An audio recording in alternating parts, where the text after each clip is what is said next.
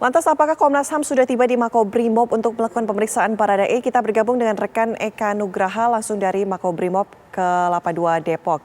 Dan juga ada rekan Fahada Indi yang berada di LPSK. Sudah ada Fahada Indi di LPSK. Informasi langsung dari Anda, silakan. Ya, selamat siang Ana dan juga pemirsa. Untuk hari ini Lembaga Pelindungan Saksi dan juga Korban atau LPSK ini memang berencana akan memberikan pengumuman atau menginformasikan hasil akhir dari permohonan pelindungan saksi yang sebelumnya diterima oleh pihak LPSK, yakni terkait dengan pembunuhan Brigadir Yosua Huta Barat beberapa waktu yang lalu. Hari ini rencananya informasi dari pihak LPSK, pemberian keterangan kepada awak media tersebut akan disampaikan pada pukul 13 waktu Indonesia Barat. Hal itu berkaitan dengan permohonan yang diterima oleh LPSK, yakni ada dua pihak yang sebelumnya telah mengajukan permohonan. Yang pertama yakni adalah istri dari Irjen Verdi Sambo, yakni Putri Chandrawati. Kemudian yang kedua adalah Barada Richard Eliezer atau Baradae. Namun keduanya ini sebelumnya Ana dan pemirsa sudah mengajukan permohonan pelindungan kepada pihak LPSK, tepatnya ini pada tanggal 14 Juli 2022. Namun kemudian pada 8 Agustus 2022 Baradae ini melalui pengacaranya pada saat itu, yakni Deolipa Yumara, Baradae kembali mengajukan perlindungan baru dan juga status saksi pelaku atau justice collaborator. Nah, hari ini rencananya pihak LPSK ini akan memberikan pengumuman mengenai hasil akhir dari keputusan LPSK sendiri. Apakah ia benar-benar akan memberikan perlindungan kepada keduanya atau seperti apa? Dengan rinciannya nanti akan disampaikan oleh pihak LPSK di kantor LPSK Ciracas, Jakarta Timur pada pukul 13 waktu Indonesia Barat. Nah, sebelumnya Ana dan juga pemirsa, ini memang berdasarkan informasi yang kami dapatkan pada hari Jumat lalu, sebenarnya juga sudah ada perkembangan yang disampaikan ini oleh Wakil Ketua LPSK, yakni Maneger Nasution, Wakil Ketua LPSK, yang sempat mengatakan yakni bahwa per tanggal 12 Agustus yang lalu LPSK ini telah memutuskan untuk memberikan perlindungan pada Baradae. Nah, Baradae yang saat ini berada di rutan Bareskrim Mabes Polri rencananya akan berada di bawah perlindungan dari LPSK atas perannya ini sebagai justice collaborator.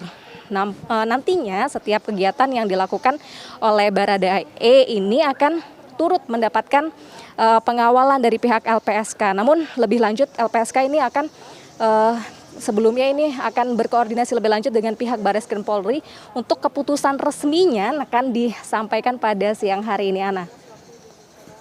Baik, Fahada Indi langsung dari kantor LPSK Jakarta, dan selanjutnya sudah ada rekan Eka Nugraha di Makobrimob.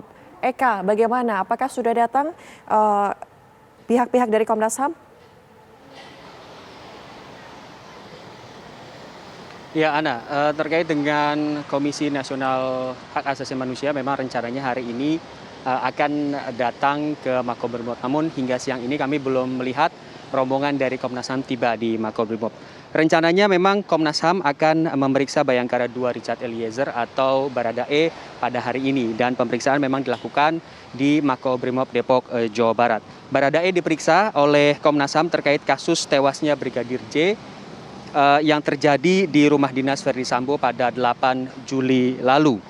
Dan pemeriksaan ini sempat tertunda karena seharusnya dilakukan pada Jumat pekan lalu, di mana Baradae pada pekan lalu masih disibukkan dengan asesmen bersama Lembaga Pelindungan Saksi dan juga Korban atau LPSK.